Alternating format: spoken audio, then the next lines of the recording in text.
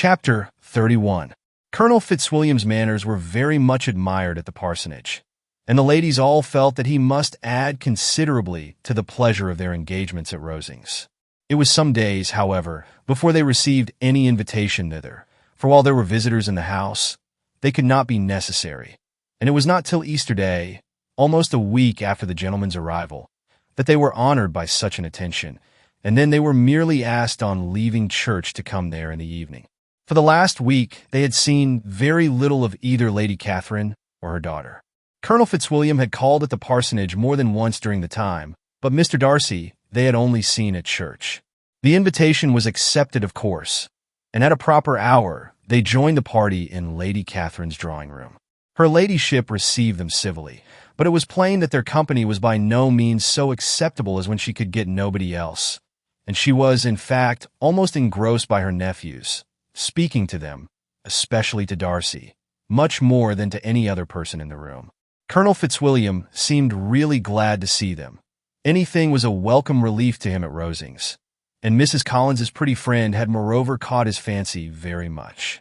He now seated himself by her, and talked so agreeably of Kent and Hertfordshire, of traveling and staying at home, of new books and music, that Elizabeth had never been half so well entertained in that room before, and they conversed with so much spirit and flow as to draw the attention of Lady Catherine herself, as well as of Mr. Darcy.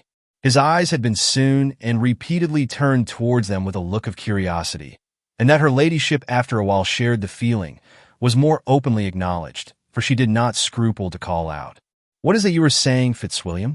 What is it you are talking of? What are you telling Miss Bennet? Let me hear what it is." "We are speaking of music, madam," said he, when no longer able to avoid a reply. "Of music? Then pray speak aloud. It is of all subjects my delight. I must have my share in the conversation if you are speaking of music. There are few people in England, I suppose, who have more true enjoyment of music than myself, or a better natural taste. If I had ever learnt, I should have been a great proficient, and so would Anne, if her health had allowed her to apply. I am confident that she would have performed delightfully. How does Georgiana get on, Darcy?" Mr. Darcy spoke with affectionate praise of his sister's proficiency.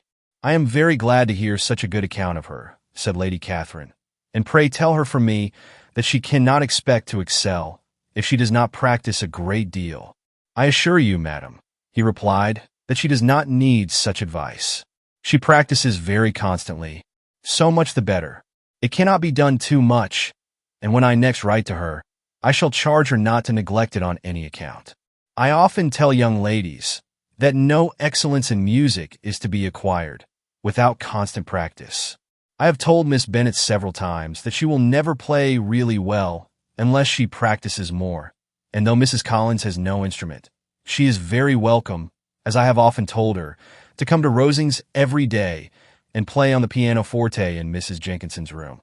She would be in nobody's way, you know, in that part of the house." Mr. Darcy looked a little ashamed of his aunt's ill-breeding and made no answer. When coffee was over, Colonel Fitzwilliam reminded Elizabeth of having promised to play to him, and she sat down directly to the instrument. He drew a chair near her. Lady Catherine listened to half a song, and then talked, as before, to her other nephew, till the latter walked away from her, and moving with his usual deliberation towards the pianoforte, stationed himself so as to command a full view of the fair performer's countenance. Elizabeth saw what he was doing, and at the first convenient pause, turned to him with an arch smile, and said, "You mean to frighten me, Mr. Darcy, by coming in all this state to hear me? But I will not be alarmed though your sister does play so well. There is a stubbornness about me that never can bear to be frightened at the will of others. My courage always rises with every attempt to intimidate me. I shall not say that you are mistaken," he replied, "because you could not really believe me to entertain any design of alarming you. And I have had the pleasure of your acquaintance long enough to know that you find great enjoyment in occasionally professing opinions which in fact are not your own." Elizabeth laughed heartily at this picture of herself, and said to Colonel Fitzwilliam, "Your cousin will give you a very pretty notion of me, and teach you not to believe a word I say. I am particularly unlucky in meeting with a person so well able to expose my real character, in a part of the world where I had hoped to pass myself off with some degree of credit. Indeed, Mr. Darcy, it is very ungenerous in you to mention all that you knew to my disadvantage in Hertfordshire, and, give me leave to say, very impolitic too, for it is provoking me to retaliate, and such things may come out, as will shock your relations to hear. I am not afraid of you, said he, smilingly. Pray let me hear what you have to accuse him of, cried Colonel Fitzwilliam. I should like to know how he behaves among strangers. You shall hear then, but prepare yourself for something very dreadful. The first time of my ever seeing him in Hertfordshire, you must know, was at a ball. And at this ball, what do you think he did? He danced only 4 dances. I am sorry to pain you, but so was. He danced only 4 dances, though gentlemen were scarce. And, to my certain knowledge, more than one young lady was sitting down in want of a partner. Mr. Darcy, you cannot deny the fact. I had not at that time the honor of knowing any lady in the assembly beyond my own party. True, and nobody can ever be introduced in a ballroom. Well, Colonel Fitzwilliam, what do I play next? My fingers wait your orders.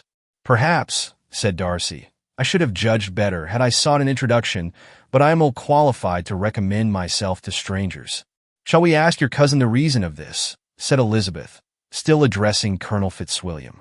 Shall we ask him why a man of sense and education, and who has lived in the world, is ill qualified to recommend himself to strangers? I can answer your question, said Fitzwilliam, without applying to him. It is because he will not give himself the trouble. I certainly have not the talent which some people possess, said Darcy, of conversing easily with those I have never seen before. I cannot catch their tone of conversation, or appear interested in their concerns, as I often see done. My fingers, said Elizabeth, do not move over this instrument in the masterly manner which I see so many women's do. They have not the same force or rapidity, and do not produce the same expression. But then I have always supposed it to be my own fault, because I would not take the trouble of practicing. It is not that I do not believe my fingers as capable as any other woman's of superior execution. Darcy smiled and said, You are perfectly right. You have employed your time much better. No one admitted to the privilege of hearing you can think anything wanting. We neither of us perform to strangers. Here they were interrupted by Lady Catherine, who called out to know what they were talking of. Elizabeth immediately began playing again. Lady Catherine approached, and after listening for a few minutes, said to Darcy, Miss Bennet would not play at all amiss if she practiced more, and could have the advantage of a London master. She has a very good notion of fingering, though her taste is not equal to Anne's, and would have been a delightful performer, had her health allowed her to learn. Elizabeth looked at Darcy to see how cordially he assented to his cousin's praise, but neither at that moment nor at any other could she discern any symptom of love, and from the whole of his behavior to Miss de Bourgh, she derived this comfort from Miss Bingley, that he might have been just as likely to marry her, had she been his relation. Lady Catherine continued her remarks on Elizabeth's performance, mixing with them many instructions on execution and taste. Elizabeth received them with all the forbearance of civility, and at the request of the gentleman remained at the instrument till her ladyship's carriage was ready to take them all home. Chapter 32. Elizabeth was sitting by herself the next morning and writing to Jane, while Mrs. Collins and Maria were gone on business into the village, when she was startled by a ring at the door, the certain signal of a visitor. As she had heard no carriage, she thought it not unlikely to be Lady Catherine, and under that apprehension was putting away her half-finished letter that she might escape all impertinent questions, when the door opened, and to her very great surprise, Mr. Darcy, and Mr. Darcy only entered the room. He seemed astonished, too, on finding her alone, and apologized for his intrusion by letting her know that he had understood all the ladies to be within. They then sat down, and when her inquiries after Rosings were made, seemed in danger of sinking into total silence. It was absolutely necessary, therefore, to think of something, and in this emergence, recollecting when she had seen him last in Hertfordshire, and feeling curious to know what he would say on the subject of their hasty departure, she observed, How very suddenly you all quitted Netherfield last November, Mr. Darcy. It must have been a most agreeable surprise to Mr. Bingley to see you all after him so soon, for if I recollect right, he went but the day before. He and his sisters were well, I hope, when you left London? Perfectly so. I thank you." She found that she was to receive no other answer, and after a short pause, added, "I think I have understood that Mr. Bingley has not much idea of ever returning to Netherfield again. I have never heard him say so, but it is probable that he may spend very little of his time there in future. He has many friends, and he is at a time of life when friends and engagements are continually increasing. If he means to be but little at Netherfield, it would be better for the neighborhood that he should give up the place entirely, for then we might possibly get a settled family there. But perhaps Mr. Bingley did not take the house so much for the convenience of the neighborhood as for his own, and we must expect him to keep or quit it on the same principle. I should not be surprised," said Darcy, "if he were to give it up as soon as any eligible purchase offers." Elizabeth made no answer. She was afraid of talking longer of his friend, and, having nothing else to say, was now determined to leave the trouble of finding a subject to him. He took the hint and soon began with, "This seems a very comfortable house. Lady Catherine, I believe, did a great deal to it when Mr. Collins first came to Hunsford. I believe she did, and I am sure she could not have bestowed her kindness on a more grateful object. Mr. Collins appears very fortunate in his choice of a wife. Yes, indeed. His friends may well rejoice in his having met with one of the very few sensible women who would have accepted him, or have made him happy if they had. My friend has an excellent understanding, though I am not certain that I consider her marrying Mr. Collins as the wisest thing she ever did. She seems perfectly happy, however, and in a prudential light, it is certainly a very good match for her. It must be very agreeable to her to be settled within so easy a distance of her own family and friends. An easy distance, do you call it? It is nearly 50 miles. And what is 50 miles of good road? Little more than half a day's journey. Yes, I call it a very easy distance. I should never have considered the distance as one of the advantages of the match," cried Elizabeth. "I should never have said Mrs. Collins was settled near her family. It is a proof of your own attachment to Hertfordshire. Anything beyond the very neighborhood of Longbourn, I suppose, would appear far." As he spoke, there was a sort of smile, which Elizabeth fancied she understood. He must be supposing her to be thinking of Jane and Netherfield, and she blushed as she answered, "I do not mean to say that a woman may not be settled too near her family.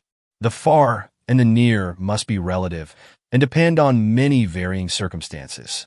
Where there is fortune to make the expense of traveling unimportant, distance becomes no evil.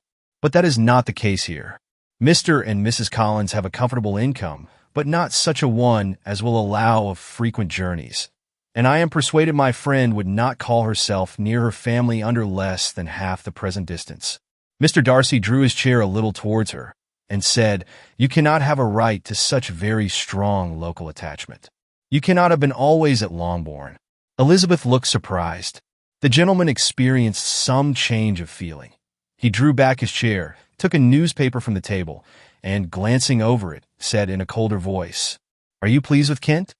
A short dialogue on the subject of the country ensued, on either side calm and concise, and soon put an end to by the entrance of Charlotte and her sister, just returned from their walk. The tête-à-tête surprised them.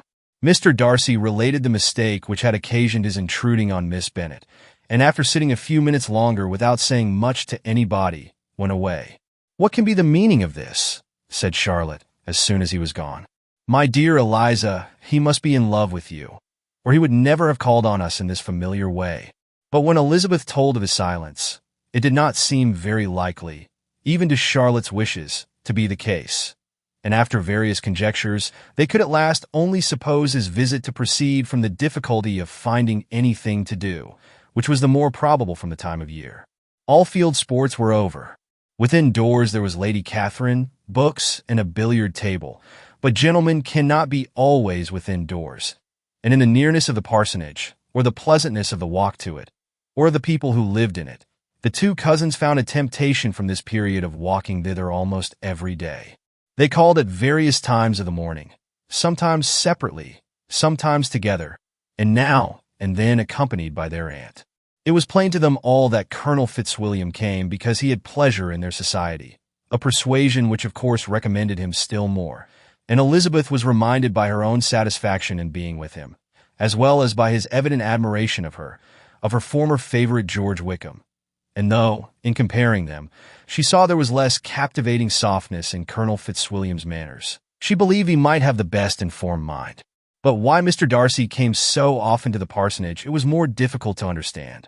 It could not be for society, as he frequently sat there 10 minutes together without opening his lips. And when he did speak, it seemed the effect of necessity rather than of choice, a sacrifice to propriety, not a pleasure to himself. He seldom appeared really animated. Mrs. Collins knew not what to make of him. Colonel Fitzwilliam's occasionally laughing at his stupidity proved that he was generally different, which her own knowledge of him could not have told her. And as she would have liked to believe this changed the effect of love, and the object of that love, her friend Eliza, she sat herself seriously to work to find it out. She watched him whenever they were at Rosings, and whenever he came to Hunsford, but without much success. He certainly looked at her friend a great deal, but the expression of that look was disputable. It was an earnest, steadfast gaze, but she often doubted whether there were much admiration in it, and sometimes it seemed nothing but absence of mind. She had once or twice suggested to Elizabeth the possibility of his being partial to her, but Elizabeth always laughed at the idea, and Mrs. Collins did not think it right to press the subject, from the danger of raising expectations which might only end in disappointment. For in her opinion it admitted not of a doubt that all her friend's dislike would vanish, if she could suppose him to be in her power. In her kind schemes for Elizabeth, she sometimes planned her marrying Colonel Fitzwilliam. He was beyond comparison the pleasantest man. He certainly admired her, and his situation in life was most eligible. But to counterbalance these advantages, Mr. Darcy had considerable patronage in the church, and his cousin could have none at all. Chapter 33. More than once did Elizabeth in her ramble within the park unexpectedly meet Mr. Darcy. She felt all the perverseness of the mischance that should bring him where no one else was brought, and to prevent its ever happening again, took care to inform him at first that it was a favorite haunt of hers. How it could occur a second time, therefore, was very odd. Yet it did, and even a third. It seemed like willful ill-nature, or a voluntary penance, for on these occasions it was not merely a few formal inquiries and an awkward pause, and then away, but he actually thought it necessary to turn back and walk with her. He never said a great deal, nor did she give herself the trouble of talking or of listening much. But it struck her in the course of their third rencontre that he was asking some odd, unconnected questions about her pleasure in being at Hunsford, her love of solitary walks, and her opinion of Mr. and Mrs. Collins's happiness, and that in speaking of Rosings and her not perfectly understanding the house, he seemed to expect that whenever she came in again again, she would be staying there too. His words seemed to imply it. Could he have Colonel Fitzwilliam in his thoughts? She supposed, if he meant anything, he must mean an allusion to what might arise in that quarter. It distressed her a little, and she was quite glad to find herself at the gate in the pales opposite the parsonage.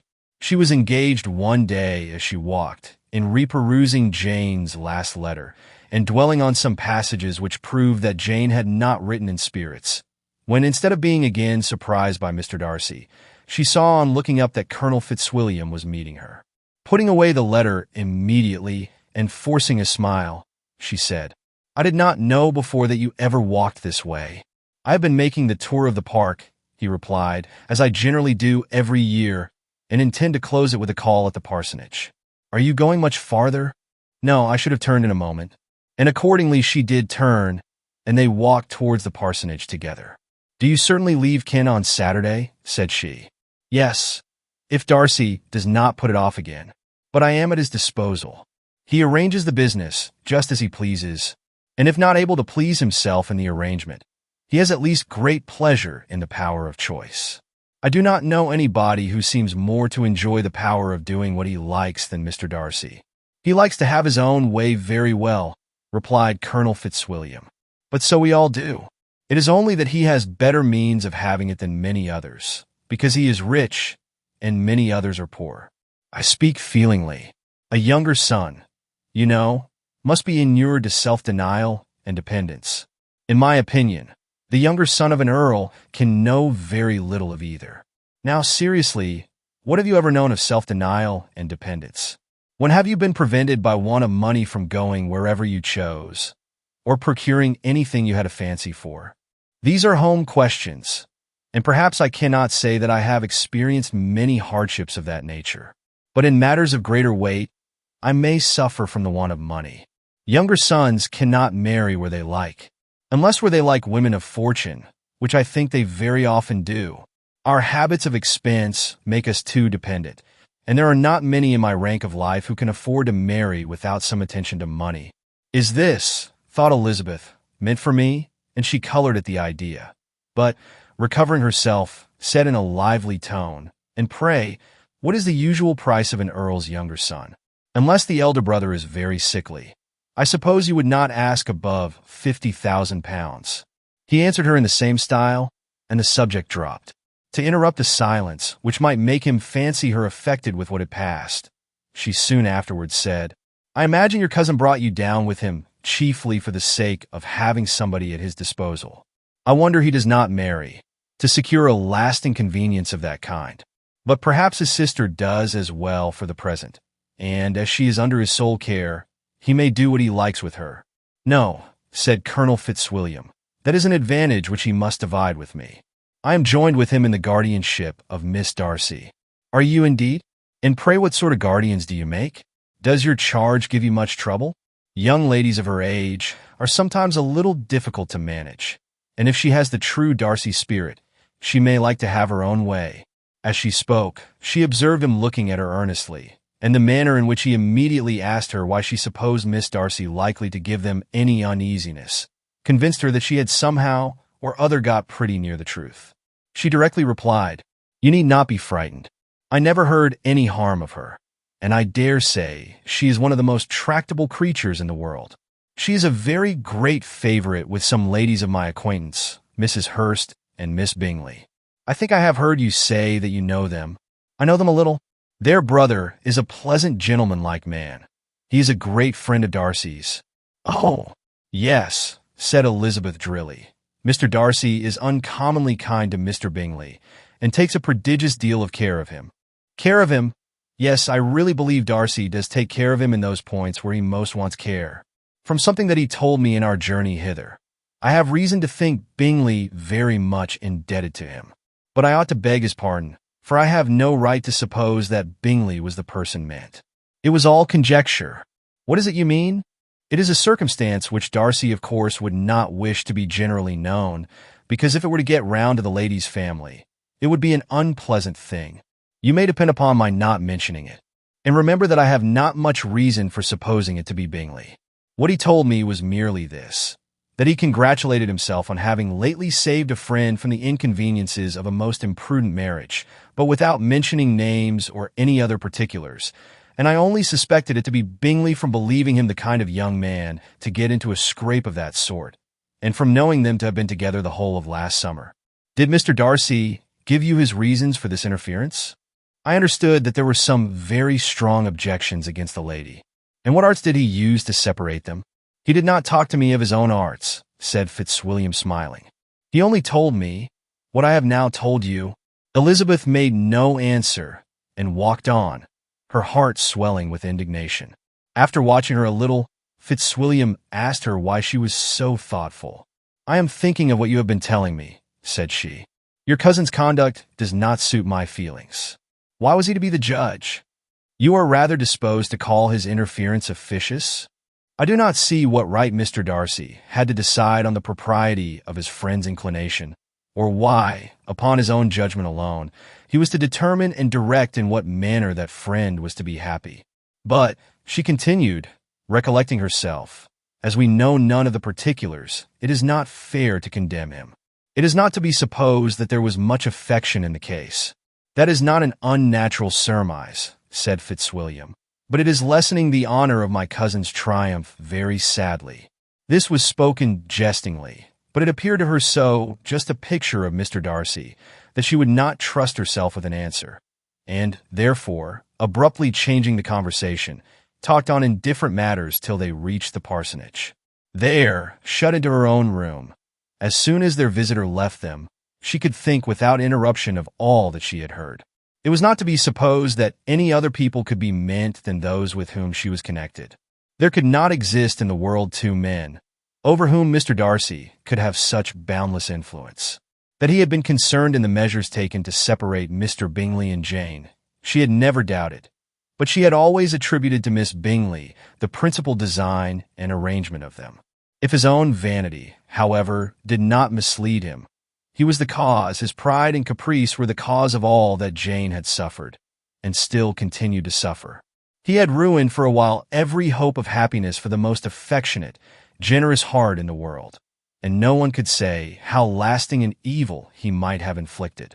There were some very strong objections against the lady, were Colonel Fitzwilliam's words, and these strong objections probably were her having one uncle who was a country attorney and another who was in business in London.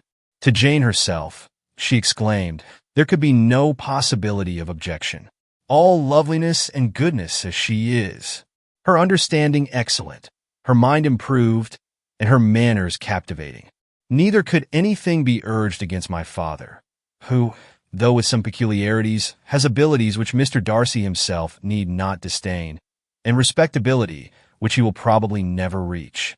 When she thought of her mother, indeed, her confidence gave way a little, but she would not allow that any objections there had material weight with Mr. Darcy, whose pride, she was convinced, would receive a deeper wound from the want of importance in his friends' connections than from their want of sense, and she was quite decided at last that he had been partly governed by this worst kind of pride, and partly by the wish of retaining Mr. Bingley for his sister. The agitation and tears which the subject occasioned brought on a headache, and it grew so much worse towards the evening that, added to her unwillingness to see Mr. Darcy, it determined her not to attend her cousins to Rosings, where they were engaged to drink tea. Mrs. Collins, seeing that she was really unwell, did not press her to go, and as much as possible prevented her husband from pressing her. But Mr. Collins could not conceal his apprehension of Lady Catherine's being rather displeased by her staying at home. Chapter 34. When they were gone, Elizabeth, as if intending to exasperate herself as much as possible against Mr. Darcy, chose for her employment the examination of all the letters which Jane had written to her since her being in Kent.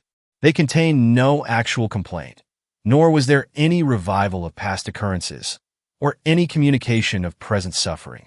But in all, and in almost every line of each, there was a want of that cheerfulness which had been used to characterize her style, and which, proceeding from the serenity of a mind at ease with itself, and kindly disposed towards every one, had been scarcely ever clouded.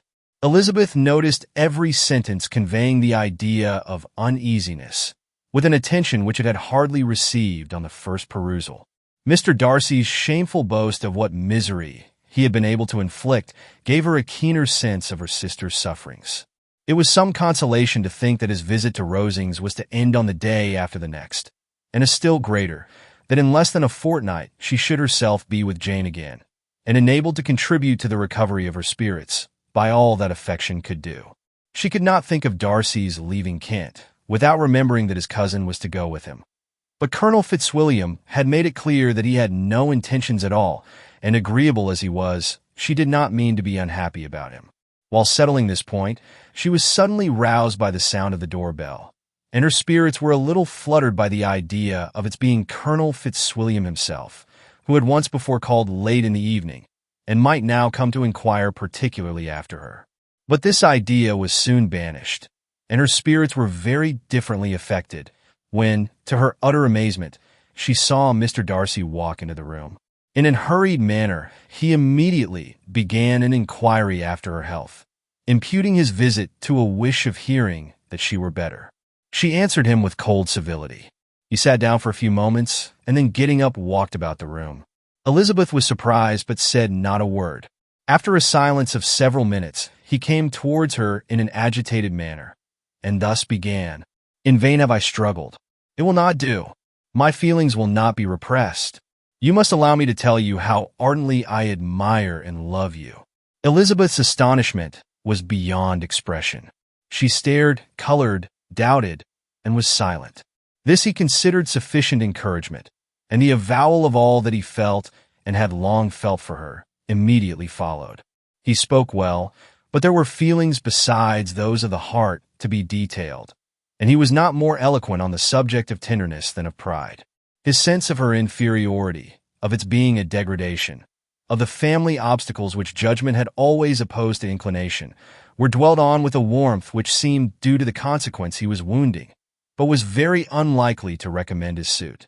In spite of her deeply rooted dislike, she could not be insensible to the compliment of such a man's affection, and though her intentions did not vary for an instant, she was at first sorry for the pain he was to receive, till, roused to resentment by his subsequent language, she lost all compassion and anger.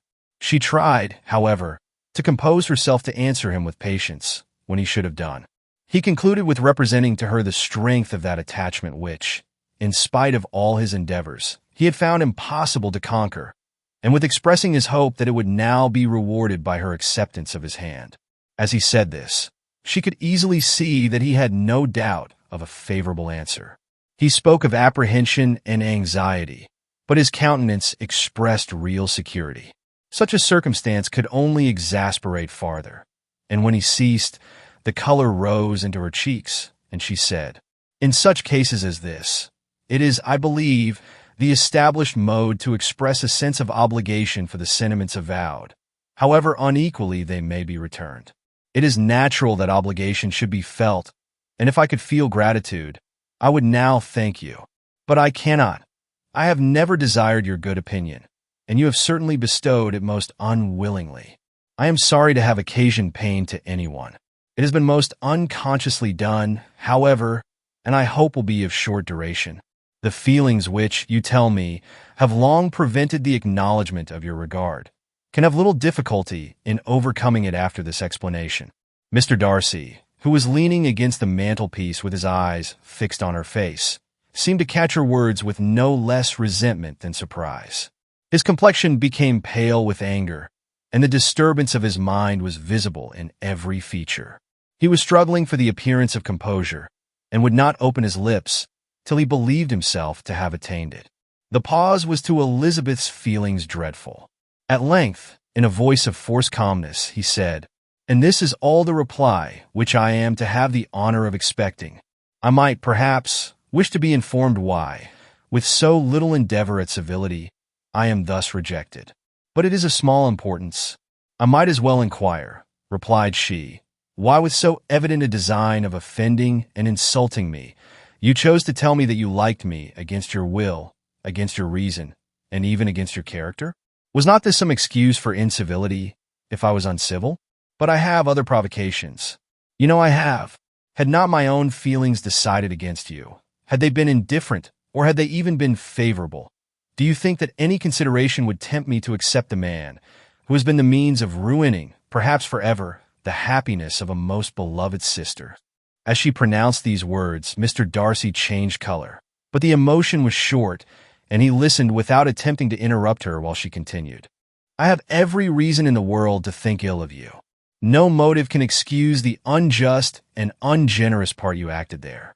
You cannot deny that you have been the principal, if not the only means of dividing them from each other, of exposing one to the censure of the world for caprice and instability, the other to its derision for disappointed hopes, and involving them both in misery of the acutest kind." She paused, and saw with no slight indignation that he was listening with an air which proved him wholly unmoved by any feeling of remorse. He even looked at her with a smile of affected incredulity. "Can you deny that you have done it?" she repeated. With assumed tranquility, he then replied, "I have no wish of denying that I did everything in my power to separate my friend from your sister, or that I rejoice in my success. Towards him I have been kinder than towards myself." Elizabeth disdained the appearance of noticing this civil reflection, but its meaning did not escape, nor was it likely to conciliate her. "But it is not merely this affair," she continued, "on which my dislike is founded. Long before it had taken place, my opinion of you was decided. Your character was unfolded in the recital which I received many months ago from Mr. Wickham. On this subject, what can you have to say? In what imaginary act of friendship can you here defend yourself? Or under what misrepresentation can you here impose upon others? You take an eager interest in that gentleman's concerns," said Darcy in a less tranquil tone and with a heightened color. "Who that knows what his misfortunes have been can help feeling an interest in him? His misfortunes, repeated Darcy contemptuously. Yes, his misfortunes have been great indeed. And of your infliction, cried Elizabeth with energy. You have reduced him to his present state of poverty, comparative poverty. You have withheld the advantages, which you must know to have been designed for him. You have deprived the best years of his life, of that independence which was no less his due than his desert. You have done all this, and yet you can treat the mention of his misfortunes with contempt and ridicule. And this, cried Darcy, as he walked with quick steps across the room, is your opinion of me. This is the estimation in which you hold me. I thank you for explaining it so fully. My faults, according to this calculation, are heavy indeed. But perhaps, added he, stopping in his walk and turning towards her, these offenses might have been overlooked, had not your pride been hurt by my honest confession of the scruples that had long prevented my forming any serious design.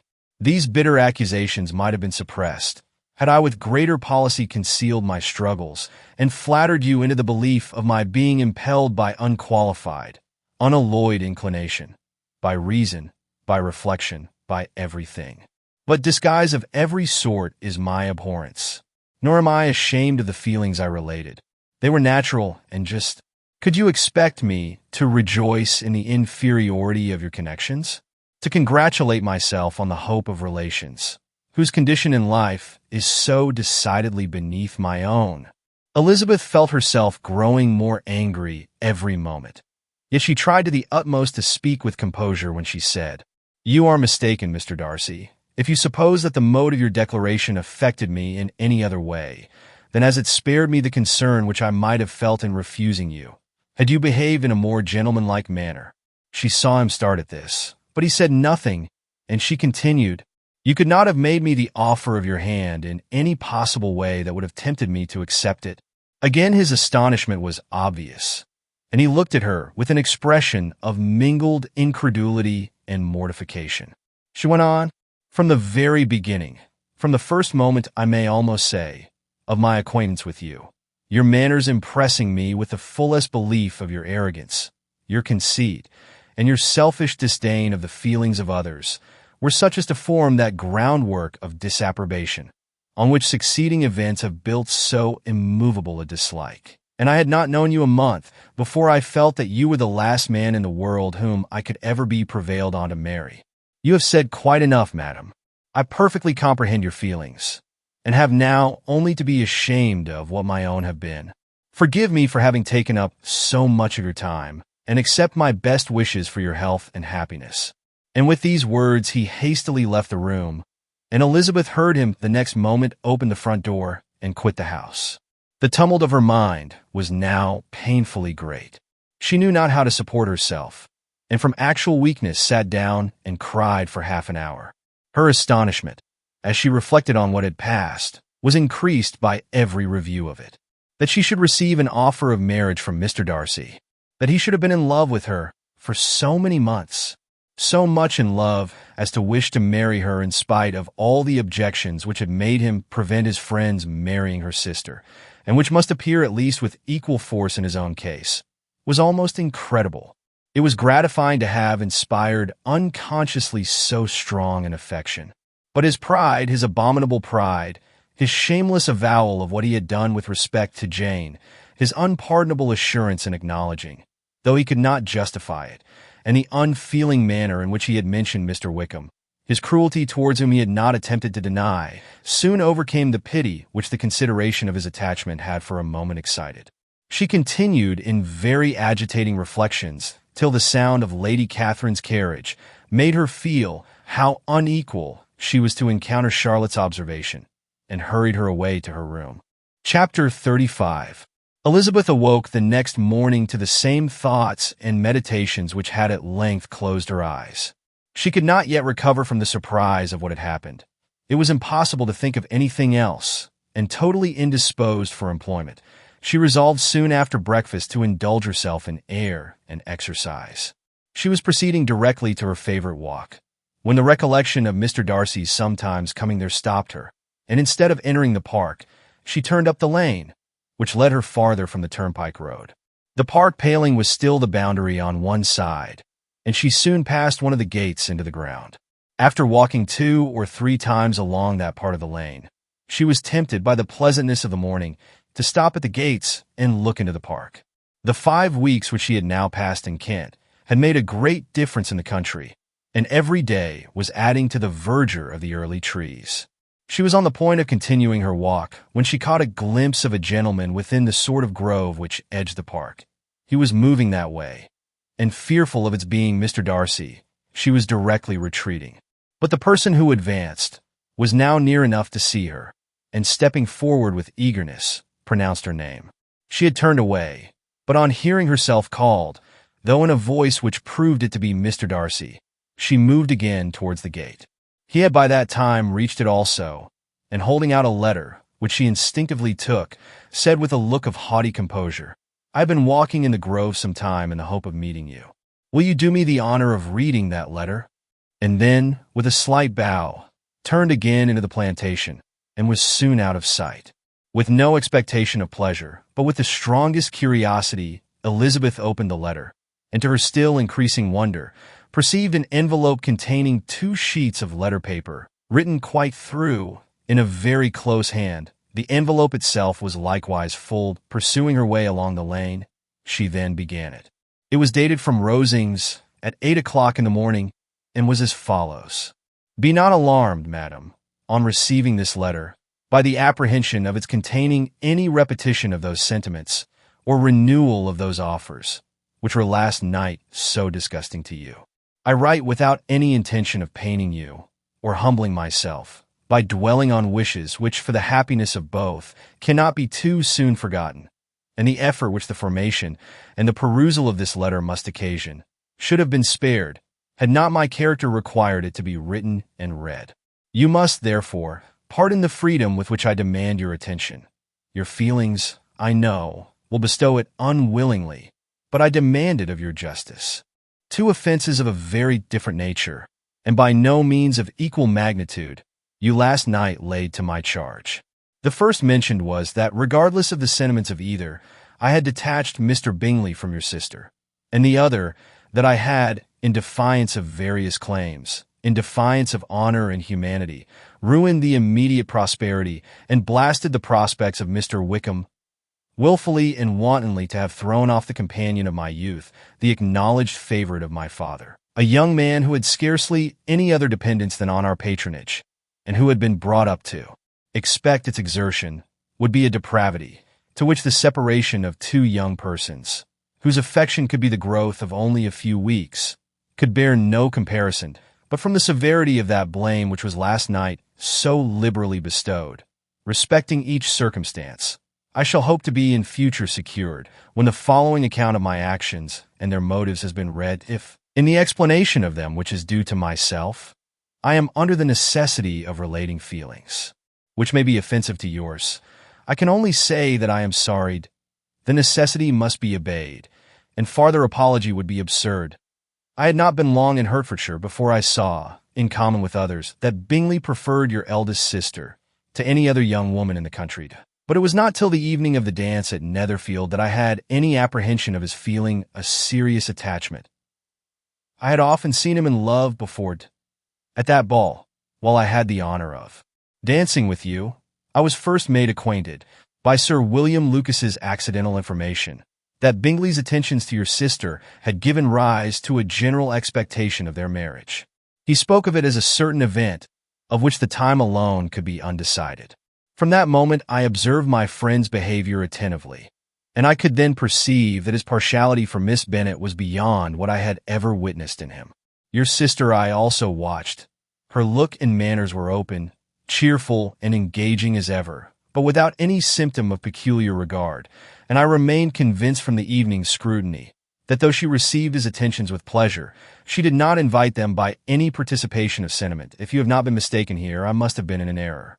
Your superior knowledge of your sister must make the latter probable. If it be so, if I have been misled by such error to inflict pain on her, your resentment has not been unreasonable. But I shall not scruple to assert that the serenity of your sister's countenance and air was such as might have given the most acute observer a conviction that, however amiable her temper, her heart was not likely to be easily touched That I was desirous of believing her indifferent is certain, but I will venture to say that my investigations and decisions are not usually influenced by my hopes or fears.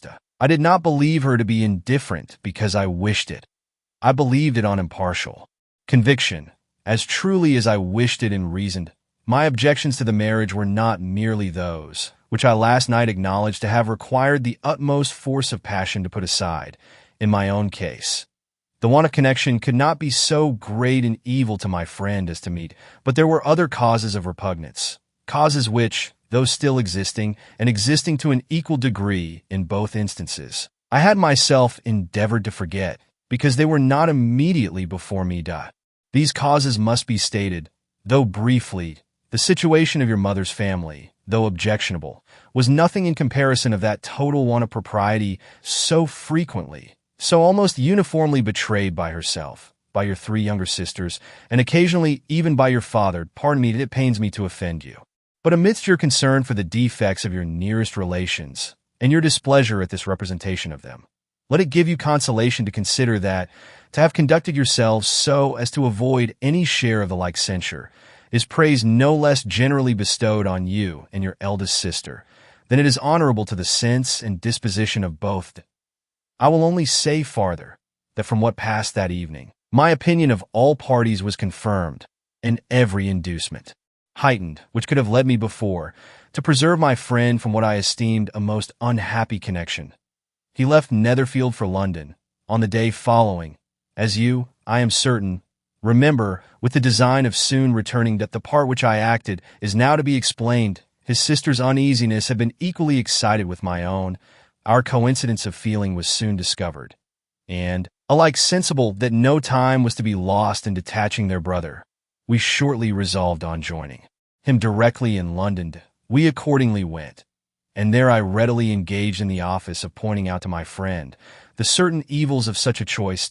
I described and enforced them earnestly, but however this remonstrance might have staggered or delayed his determination, I do not suppose that it would ultimately have prevented the marriage, had it not been seconded by the assurance which I hesitated not in giving, of your sister's indifference. He had before believed her to return his affection with sincere, if not with equal regard, but Bingley has great natural modesty, with a stronger dependence on my judgment than on his own. To convince him, therefore, that he had deceived himself was no very difficult point. To persuade him against returning into Hertfordshire, when that conviction had been given, was scarcely the work of a moment. I cannot blame myself for having done thus much. There is but one part of my conduct in the whole affair, on which I do not reflect with satisfaction. It is that I condescended to adopt the measures of art so far as to conceal from him your sister's being in town. I knew it myself, as it was known to Miss Bingley, but her brother is even yet ignorant of it. That they might have met without ill consequence is perhaps probable, but his regard did not appear to me enough extinguished for him to see her without some danger. Perhaps this concealment, this disguise was beneath me. It is done, however, and it was done for the best. On this subject, I have nothing more to say, no other apology to offer. If I have wounded your sister's feelings, it was unknowingly done, and though the motives which governed me may to you very naturally appear insufficient, I have not yet learnt to condemn them.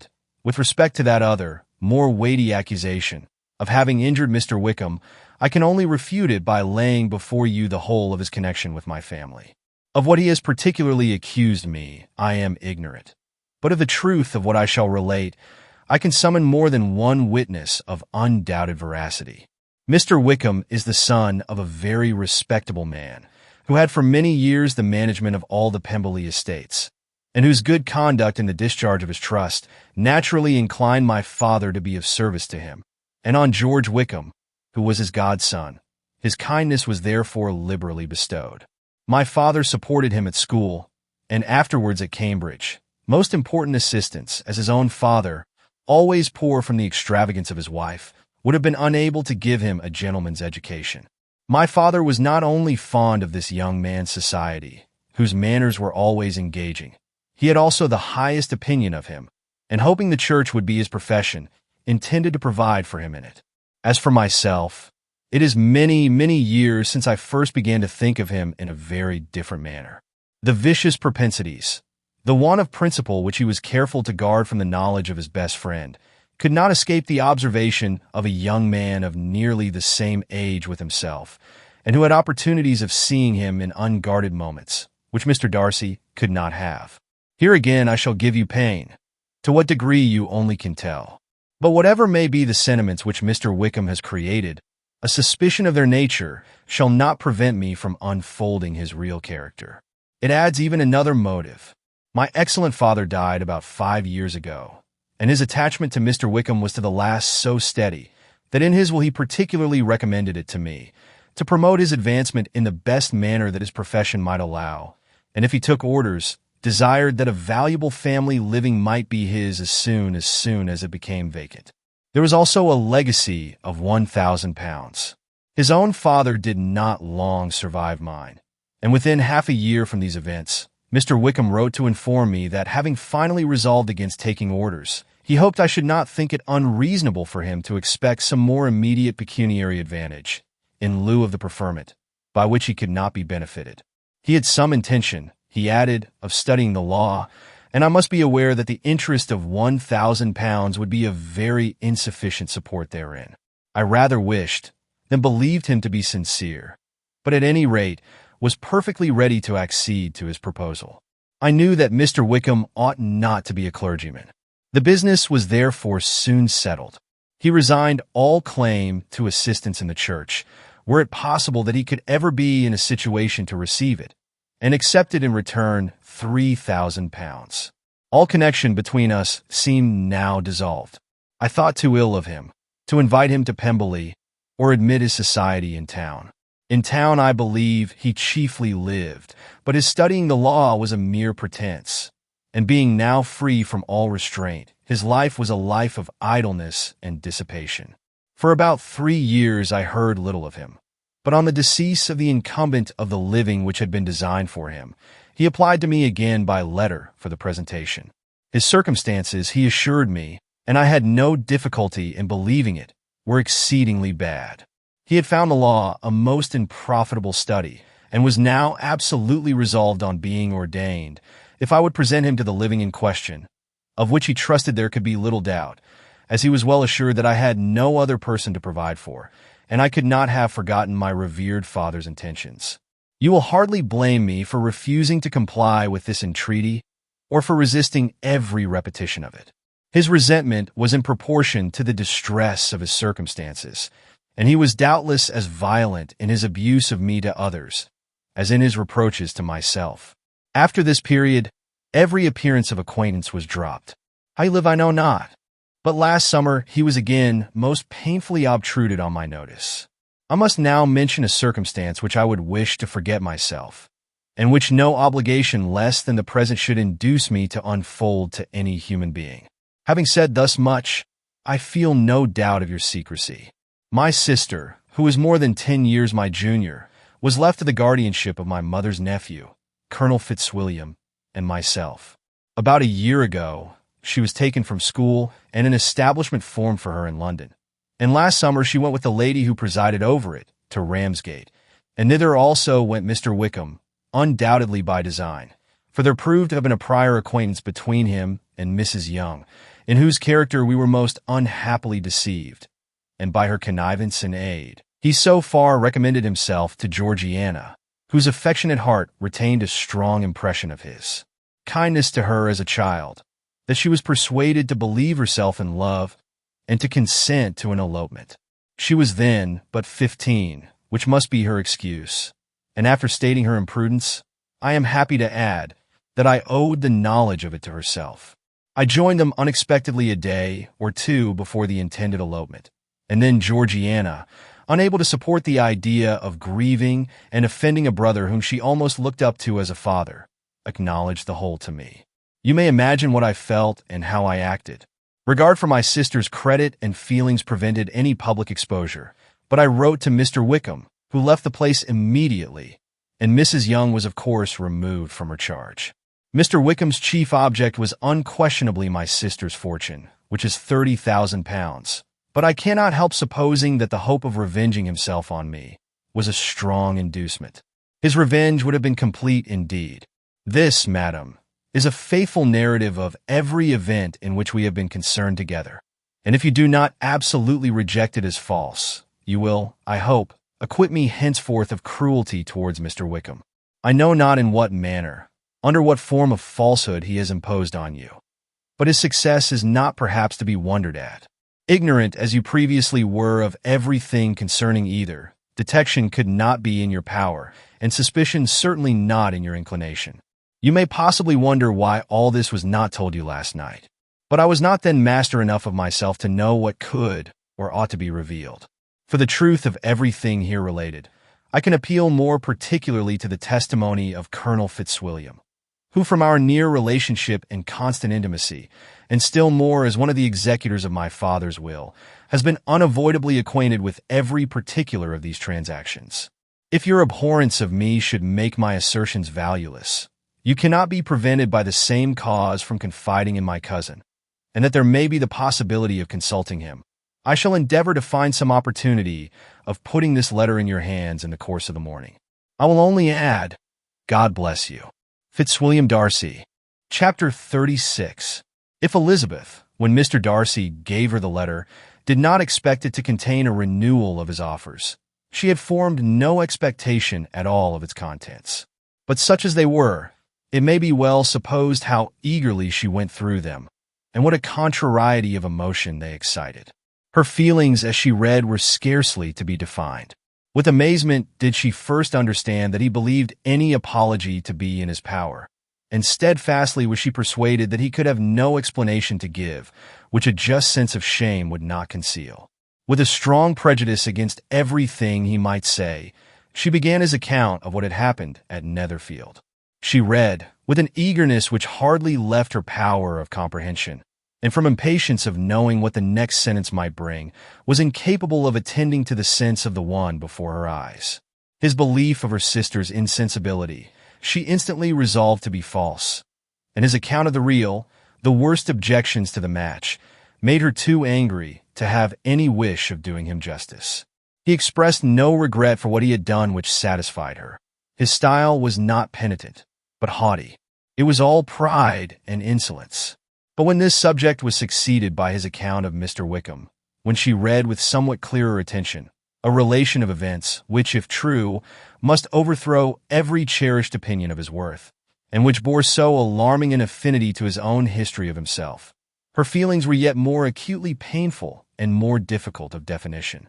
Astonishment, apprehension, and even horror oppressed her. She wished to discredit it entirely, repeatedly exclaiming, "This must be false. This cannot be. This must be the grossest falsehood." And when she had gone through the whole letter, though scarcely knowing anything of the last page or two, put it hastily away, protesting that she would not regard it, that she would never look in it again. In this perturbed state of mind, with thoughts that could rest on nothing, she walked on.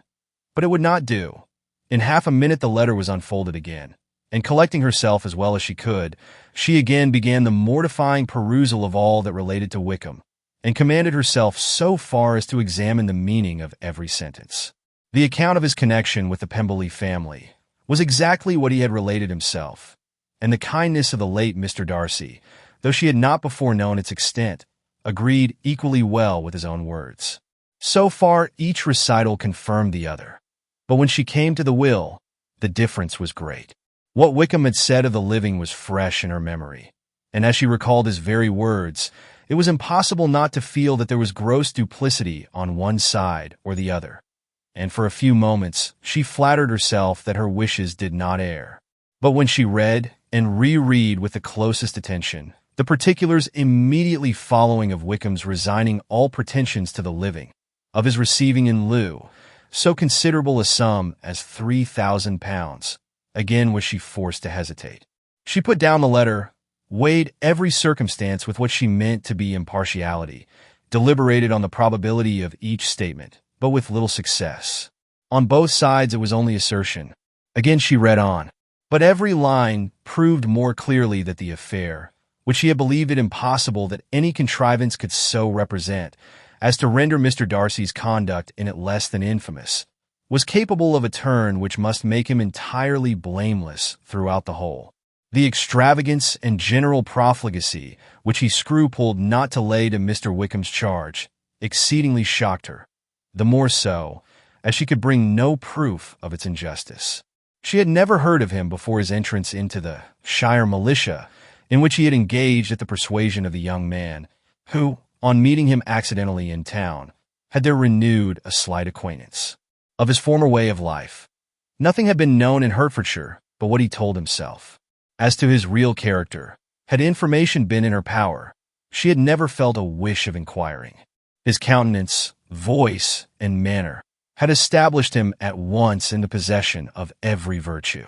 She tried to recollect some instance of goodness, some distinguished trait of integrity or benevolence that might rescue him from the attacks of Mr. Darcy, or at least, by the predominance of virtue, atone for those casual errors, under which she would endeavor to class what Mr. Darcy had described as the idleness and vice of many years' continuance. But no such recollection befriended her. She could see him instantly before her, in every charm of air and address. But she could remember no more substantial good than the general approbation of the neighborhood, and the regard which his social powers had gained him in the mess. After pausing on this point a considerable while, she once more continued to read. But alas! The story which followed of his designs on Miss Darcy received some confirmation from what had passed between Colonel Fitzwilliam and herself only the morning before, and at last she was referred for the truth of every particular to Colonel Fitzwilliam himself, from whom she had previously received the information of his near concern in all his cousin's affairs, and whose character she had no reason to question. At one time, she had almost resolved on applying to him, but the idea was checked by the awkwardness of the application, and at length wholly banished by the conviction that Mr. Darcy would never have hazarded such a proposal if he had not been well assured of his cousin's corroboration. She perfectly remembered everything that had passed in conversation between Wickham and herself in their first evening at Mr. Phillips's. Many of his expressions were still fresh in her memory. She was now struck with the impropriety of such communications to a stranger, and wondered it had escaped her before. She saw the indelicacy of putting himself forward as he had done, and the inconsistency of his professions with his conduct. She remembered that he had boasted of having no fear of seeing Mr. Darcy, that Mr. Darcy might leave the country, but that he should stand his ground. Yet he had avoided the Netherfield ball the very next week. She remembered also that till the Netherfield family had quitted the country, he had told his story to no one but herself, but that after their removal it had been everywhere discussed, that he had then no reserves, no scruples in sinking Mr. Darcy's character, though he had assured her that respect for the father would always prevent his exposing the son. How differently did everything now appear in which he was concerned. His attentions to Miss King were now the consequence of views solely and hatefully mercenary, and the mediocrity of her fortune proved no longer the moderation of his wishes, but his eagerness to grasp at anything.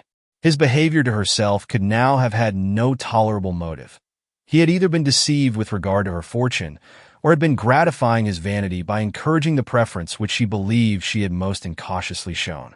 Every lingering struggle in his favor grew fainter and fainter, and in farther justification of Mr. Darcy, she could not but allow that Mr. Bingley, when questioned by Jane, had long ago asserted his blamelessness in the affair.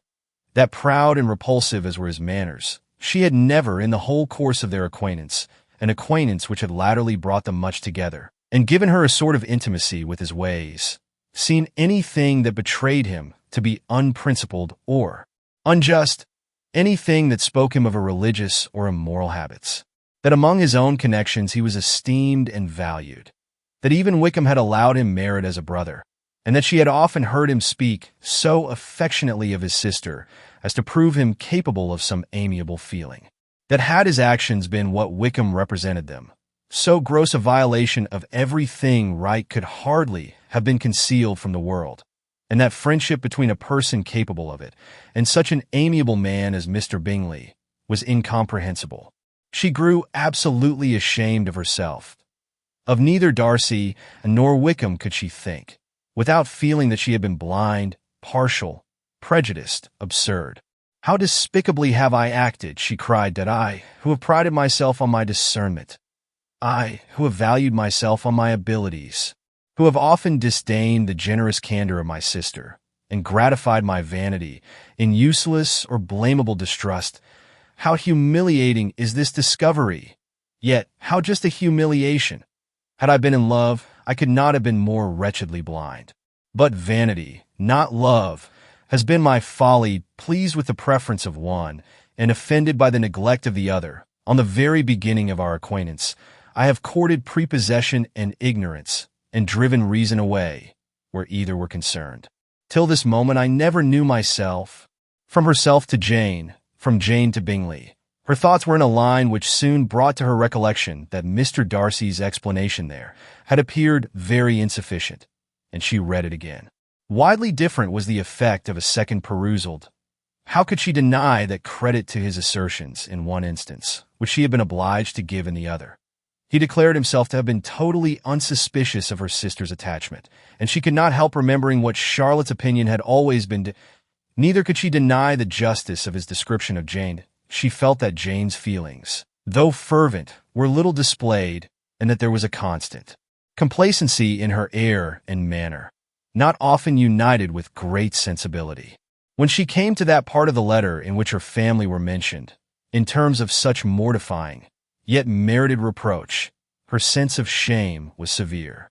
The justice of the charge struck her too forcibly for denial, and the circumstances to which he particularly alluded, as having passed at the Netherfield ball, and as confirming all his first disapprobation, could not have made a stronger impression on his mind than on hers.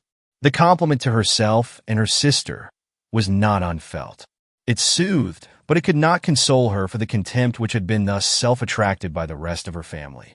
And as she considered that Jane's disappointment had in fact been the work of her nearest relations, and reflected how materially the credit of both must be hurt by such impropriety of conduct, she felt depressed beyond anything she had ever known before. After wandering along the lane for 2 hours, giving way to every variety of thought, reconsidering events, determining probabilities, and reconciling herself as well as she could to a change so sudden and so important, fatigue, and a recollection of her long absence, made her at length return home, and she entered the house with the wish of appearing cheerful as usual, and the resolution of repressing such reflections as must make her unfit for conversation. She was immediately told that the 2 gentlemen from Rosings had each called during her absence, Mr. Darcy, only for a few minutes to take leave, but that Colonel Fitzwilliam had been sitting with them at least an hour, hoping for her return, and almost resolving to walk after her till she could be found. Elizabeth could but just affect concern in missing him. She really rejoiced at it. Colonel Fitzwilliam was no longer an object. She could think only of her letter. Chapter 37. The 2 gentlemen left Rosings the next morning, and Mr. Collins, having been in waiting near the lodges to make them his parting obeisance, was able to bring home the pleasing intelligence of their appearing in very good health, and in as tolerable spirits as could be expected after the melancholy scene so lately gone through at Rosings. To Rosings he then hastened to console Lady Catherine and her daughter, and on his return brought back, with great satisfaction, a message from her ladyship, importing that she felt herself so dull as to make her very desirous of having them all to dine with her. Elizabeth could not see Lady Catherine without recollecting that had she chosen it, she might by this time have been presented to her as her future niece, nor could she think, without a smile, of what her ladyship's indignation would have been. What would she have said? How would she have behaved? Were questions with which she amused herself. Their first subject was the diminution of the Rosings party. "That I assure you, I feel it exceedingly," said Lady Catherine. "I believe nobody feels the loss of friends so much as I do. But I am particularly attached to these young men, and know them to be so much attached to me. They were excessively sorry to go, but so they always are." The dear Colonel rallied his spirits tolerably till just at last, but Darcy seemed to feel it most acutely, more I think than last year. His attachment to Rosings certainly increases. Mr. Collins had a compliment and an allusion to throw in here, which were kindly smiled on by the mother and daughter. Lady Catherine observed, after dinner, that Miss Bennet seemed out of spirits, and immediately accounting for it herself, by supposing that she did not like to go home again so soon, she added, "But if that is the case, you must write to your mother to beg that you may stay a little longer." Mrs. Collins will be very glad of your company, I am sure. I am much obliged to your ladyship for your kind invitation, replied Elizabeth, but it is not in my power to accept it. I must be in town next Saturday. Why, at that rate, you will have been here only 6 weeks. I expected you to stay 2 months. I told Mrs. Collins so before you came. There can be no occasion for your going so soon. Mrs. Bennet could certainly spare you for another fortnight. But my father cannot. He wrote last week to hurry my return. Oh, your father of course may spare you. If your mother can daughters are never of so much consequence to a father. And if you will stay another month complete, it will be in my power to take one of you as far as London, for I am going there early in June, for a week, and as Dawson does not object to the barouche box, there will be very good room for one of you. And indeed, if the weather should happen to be cool, I should not object to taking you both, as you are neither of you large. You are all kindness, madam. But I believe we must abide by our original plan. Lady Catherine seemed resigned. Mrs. Collins, you must send a servant with them.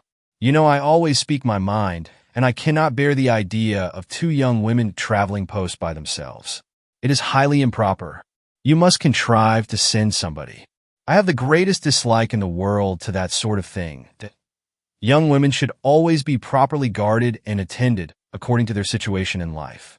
When my niece Georgiana went to Ramsgate last summer, I made a point of her having 2 men servants go with her, Miss Darcy, the daughter of Mr. Darcy, of Pemberley, and Lady Anne could not have appeared with propriety in a different manner. I am excessively attentive to all those things. You must send John with the young ladies, Mrs. Collins. I am glad it occurred to me to mention it, for it would really be discreditable to you to let them go alone. My uncle is to send a servant for us. Oh, your uncle. He keeps a manservant, does he? I am very glad you have somebody who thinks of those things. Where shall you change horses? Oh, Bromley, of course. If you mention my name at the bell, you will be attended to.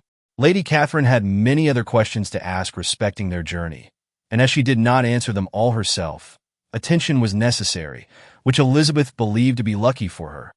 Or, with a mind so occupied, she might have forgotten where she was. Reflection must be reserved for solitary hours. Whenever she was alone, she gave way to it as the greatest relief, and not a day went by without a solitary walk in which she might indulge in all the delight of unpleasant recollections. Mr. Darcy's letter. She was in a fair way of soon knowing by heart. She studied every sentence, and her feelings towards its writer were at times widely different. When she remembered the style of his address, she was still full of indignation, but when she considered how unjustly she had condemned and upbraided him, her anger was turned against herself, and his disappointed feelings became the object of compassion. His attachment excited gratitude, his general character respect, but she could not approve him, nor could she for a moment repent her refusal, or feel the slightest inclination ever to see him again.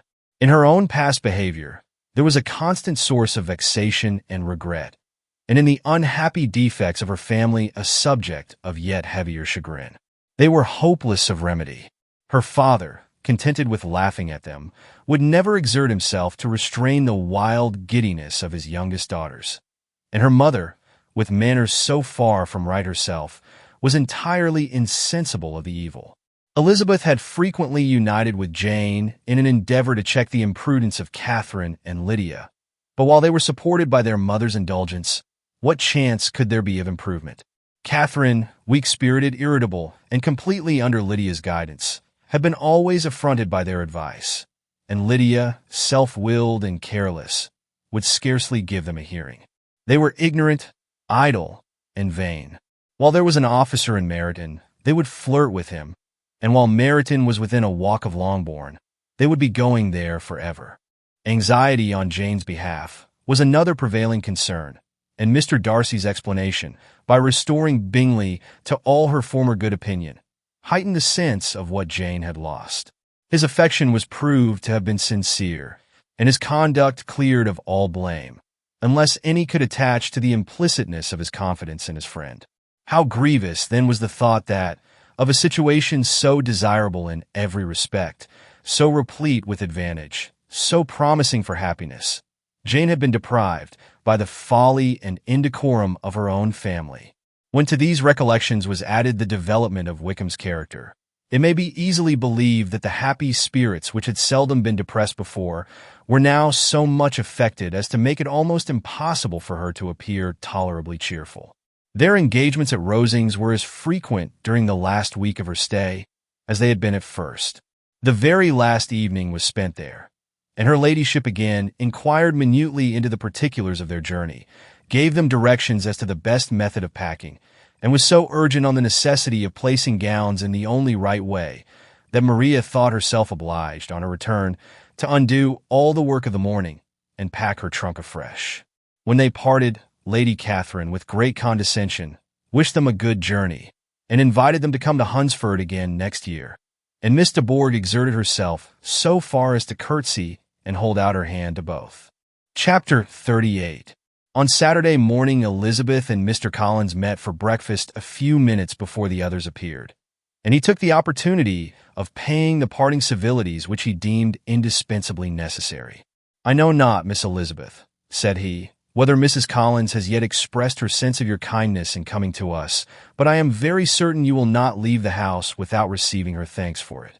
The favor of your company has been much felt, I assure you.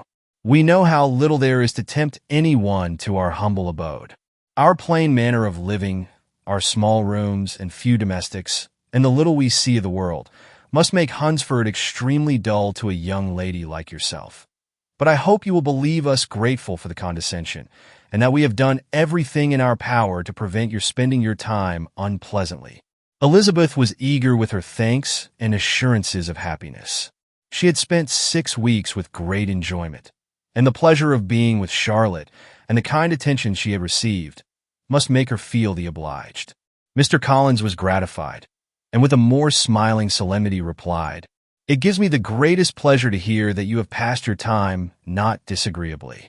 We have certainly done our best, and most fortunately having it in our power to introduce you to very superior society, and from our connection with Rosings, the frequent means of varying the humble home scene, I think we may flatter ourselves that your Hunsford visit cannot have been entirely irksome. Our situation with regard to Lady Catherine's family is indeed the sort of extraordinary advantage and blessing which few can boast. You see on what a footing we are. You see how continually we are engaged there. In truth, I must acknowledge that, with all the disadvantages of this humble parsonage, I should not think any one abiding in it an object of compassion, while they are sharers of our intimacy at Rosings." Words were insufficient for the elevation of his feelings, and he was obliged to walk about the room, while Elizabeth tried to unite civility and truth in a few short sentences. "You may, in fact, carry a very favorable report of us in Hertfordshire, my dear cousin. I flatter myself, at least, that you will be able to do so. Lady Catherine's great attentions to Mrs. Collins you have been a daily witness of, and altogether I trust it does not appear that your friend has drawn an unfortunate. But on this point it will be as well to be silent. Only let me assure you, my dear Miss Elizabeth, that I can from my heart most cordially wish you equal felicity in marriage. My dear Charlotte and I have but one mind and one way of thinking. There is in everything a most remarkable resemblance of character and ideas between us. We seem to have been designed for each other." Elizabeth could safely say that it was a great happiness where that was the case, and with equal sincerity could add that she firmly believed and rejoiced in his domestic comforts. She was not sorry, however, to have the recital of them interrupted by the entrance of the lady from whom they sprung. Poor Charlotte!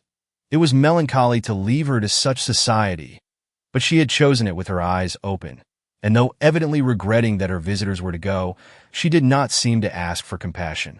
Her home and her housekeeping, her parish and her poultry, and all their dependent concerns, had not yet lost their charms. At length the chaise arrived, the trunks were fastened on, the parcels placed within, and it was pronounced to be ready.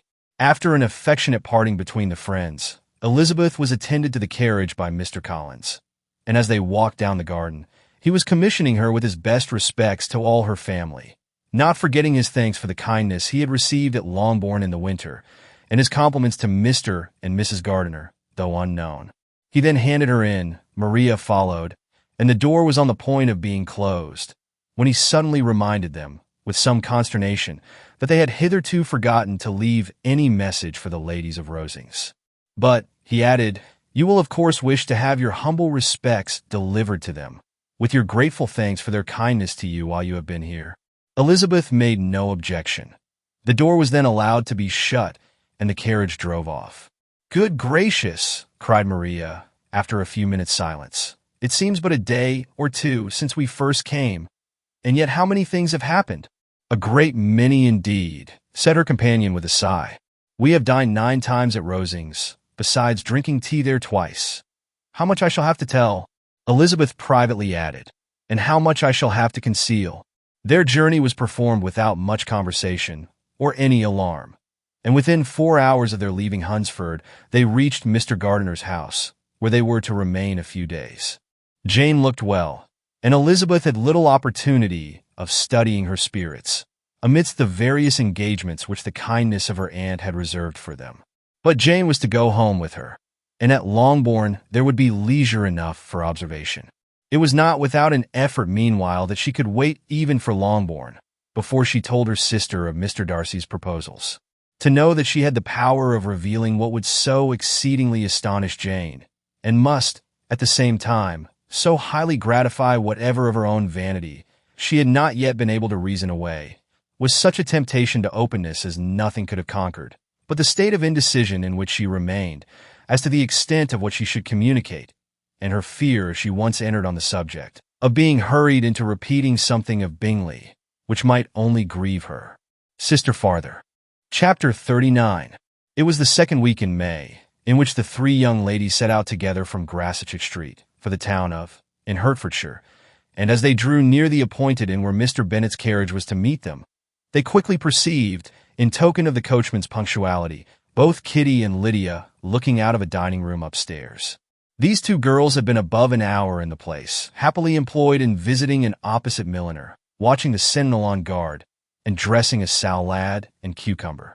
After welcoming their sisters, they triumphantly displayed a table set out with such cold meat as an inn larder usually affords, exclaiming, "Is not this nice? Is not this an agreeable surprise? And we mean to treat you all," added Lydia. "But you must lend us the money, for we have just spent hours at the shop out there." Then, shewing her purchases, "Look here, I have bought this bonnet. I do not think it is very pretty, but I thought I might as well buy it as not. I shall pull it to pieces as soon as I get home, and see if I can make it up any better." And when her sisters abused it as ugly, she added, with perfect unconcern, "Oh, but there were 2 or 3 much uglier in the shop, and when I have bought some prettier colored satin to trim it with fresh, I think it will be very tolerable. Besides, it will not much signify what one wears this summer, after the Shire have left Meriden, and they are going in a fortnight." "Are they indeed?" cried Elizabeth, with the greatest satisfaction. "They are going to be encamped near Brighton, and I do so want Papa to take us all there for the summer. It would be such a delicious scheme, and I dare say would hardly cost anything at all. Mamma would like to go too, of all things.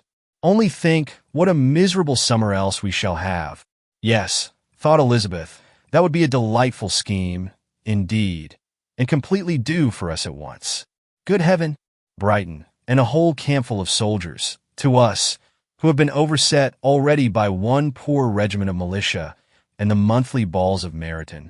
Now I've got some news for you," said Lydia, as they sat down to table. "What do you think? It is excellent news, capital news, and about a certain person that we all like." Jane and Elizabeth looked at each other, and the waiter was told that he need not stay. Lydia laughed and said, That is just like your formality and discretion. You thought the waiter must not hear, as if he cared. I dare say he often hears worse things said than I am going to say. But he is an ugly fellow. I am glad he is gone. I never saw such a long chin in my life. Well, but now for my news. It is about dear Wickham. Too good for the waiter, is not it? There is no danger of Wickham's marrying Mary King. There's for you. She has gone down to her uncle at Liverpool, gone to stay. Wickham is safe, and Mary King is safe, added Elizabeth, safe from a connection imprudent as to fortune. She is a great fool for going away, if she liked him. But I hope there is no strong attachment on either side, said Jane. I am sure there is not on his. I will answer for it he never cared 3 straws about her. Who could about such a nasty little freckled thing? Elizabeth was shocked to think that, however incapable of such coarseness of expression herself, the coarseness of the sentiment was little other than her own breast had formerly harbored and fancied liberal. As soon as all had ate and the elder ones paid, the carriage was ordered, and after some contrivance, the whole party, with all their boxes, work-bags, and parcels, and the unwelcome addition of Kitty's and Lydia's purchases, were seated in it. "How nicely we are crammed in," cried Lydia. "I am glad I bought my bonnet, if it is only for the fun of having another bandbox. Well, now let us be quite comfortable and snug, and talk and laugh all the way home. And in the first place, let us hear what has happened to you all, since you went away. Have you seen any pleasant men? Have you had any flirting? I was in great hopes that one of you would have got a husband before you came back. Jane will be quite an old maid soon, I declare. She is almost 23. Lord, how ashamed I should be of not being married before 23. My Aunt Phillips wants you so to get husbands, you can't think. She says Lizzie had better have taken Mr. Collins, but I do not think there would have been any fun in it. Lord, how I should like to be married before any of you, and then I would chaperone you about to all the balls.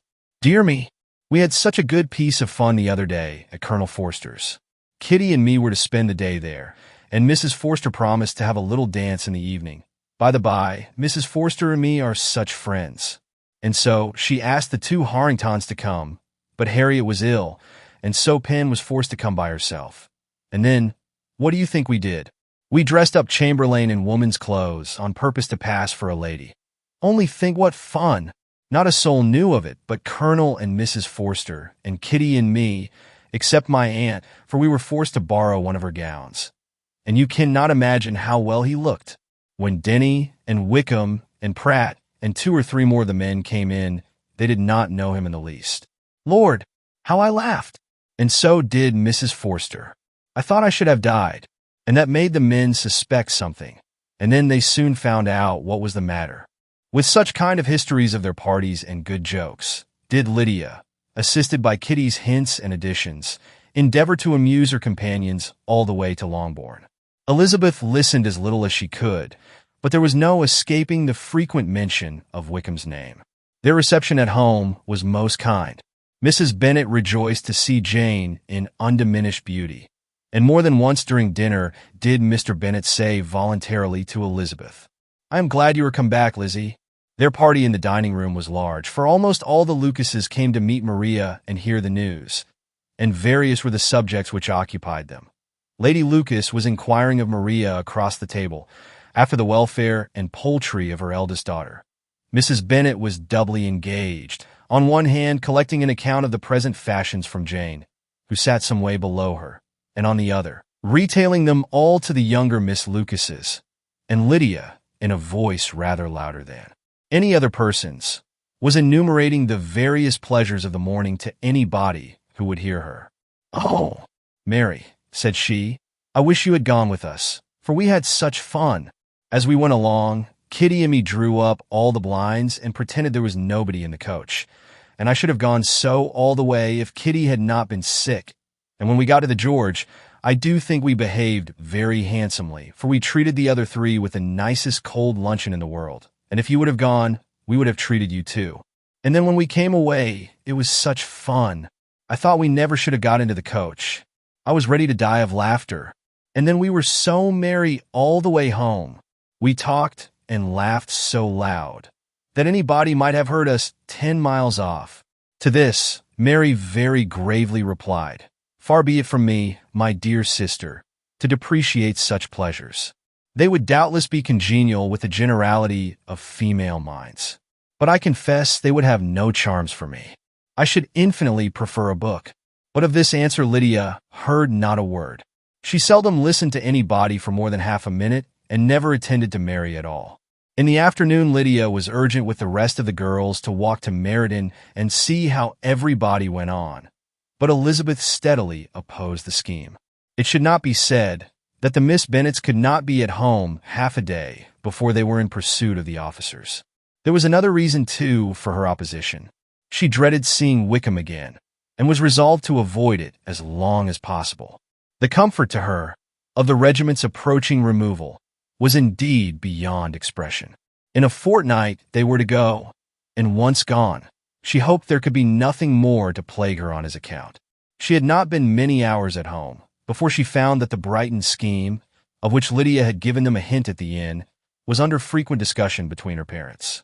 Elizabeth saw directly that her father had not the smallest intention of yielding, but his answers were at the same time so vague and equivocal that her mother, though often disheartened, had never yet despaired of succeeding at last. Chapter 40. Elizabeth's impatience to acquaint Jane with what had happened could no longer be overcome, and at length resolving to suppress every particular in which her sister was concerned, and preparing her to be surprised, she related to her the next morning the chief of the scene between Mr. Darcy and herself.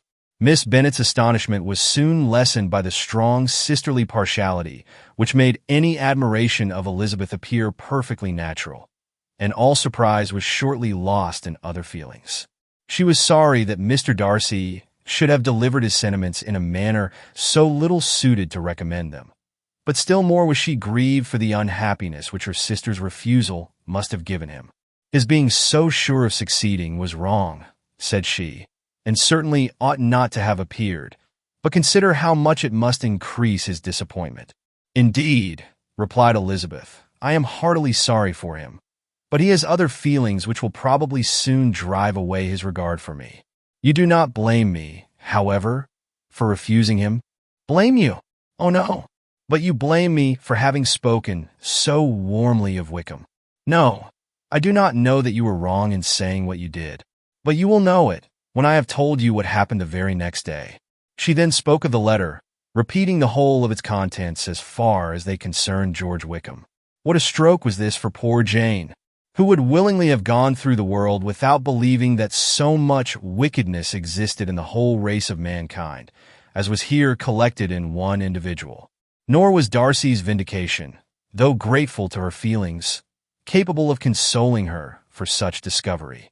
Most earnestly did she labor to prove the probability of error, and seek to clear one, without involving the other. This will not do, said Elizabeth. You never will be able to make both of them good for anything. Take your choice, but you must be satisfied with only one. There is but such a quantity of merit between them, just enough to make one good sort of man, and of late it has been shifting about pretty much. For my part, I am inclined to believe it all Mr. Darcy's, but you shall do as you choose. It was some time, however, before a smile could be extorted from Jane. I do not know when I have been more shocked, said she. Wickham's so very bad. It is almost past belief. And poor Mr. Darcy. Dear Lizzie, only consider what he must have suffered. Such a disappointment, and with the knowledge of your ill opinion too, and having to relate such a thing of his sister.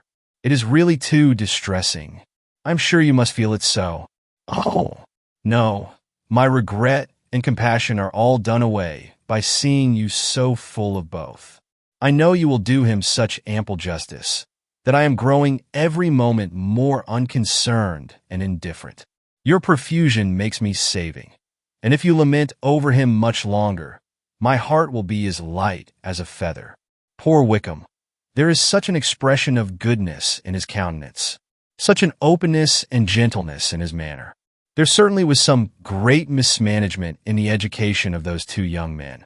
One has got all the goodness, and the other all the appearance of it. I never thought Mr. Darcy so deficient in the appearance of it as he used to do, and yet I meant to be uncommonly clever in taking so decided a dislike to him, without any reason. It is such a spur to one's genius, such an opening for wit to have a dislike of that kind. One may be continually abusive without saying anything just, but one cannot be always laughing at a man without now and then stumbling on something witty. Lizzie, when you first read that letter, I am sure you could not treat the matter as you do now. Indeed, I could not. I was uncomfortable enough. I was very uncomfortable, I may say unhappy, and with no one to speak to, of what I felt, no Jane to comfort me, and say that I had not been so very weak and vain and nonsensical as I knew I had. Oh, how I wanted you! How unfortunate that you should have used such very strong expressions in speaking of Wickham to Mr. Darcy, for now they do appear wholly undeserved. Certainly, but the misfortune of speaking with bitterness is a most natural consequence of the prejudices I had been encouraging. There is one point on which I want your advice. I want to be told whether I ought or ought not to make our acquaintance in general understand Wickham's character." Miss Bennet paused a little and then replied, "Surely there can be no occasion for exposing him so dreadfully. What is your own opinion? That it ought not to be attempted. Mr. Darcy has not authorized me to make his communication public. On the contrary, every particular relative to his sister was meant to be kept as much as possible to myself. And if I endeavor to undeceive people as to the rest of his conduct, who will believe me? The general prejudice against Mr. Darcy is so violent that it would be the death of half the good people in Meriden to attempt to place him in an amiable light.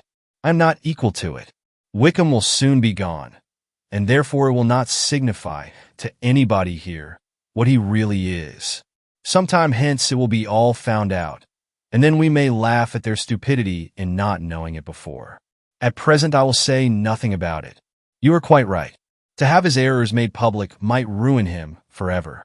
He is now perhaps sorry for what he has done, and anxious to re-establish a character. We must not make him desperate. The tumult of Elizabeth's mind was allayed by this conversation. She had got rid of two of the secrets which had weighed on her for a fortnight, and was certain of a willing listener in Jane, whenever she might wish to talk again of either. But there was still something lurking behind, of which prudence forbade the disclosure.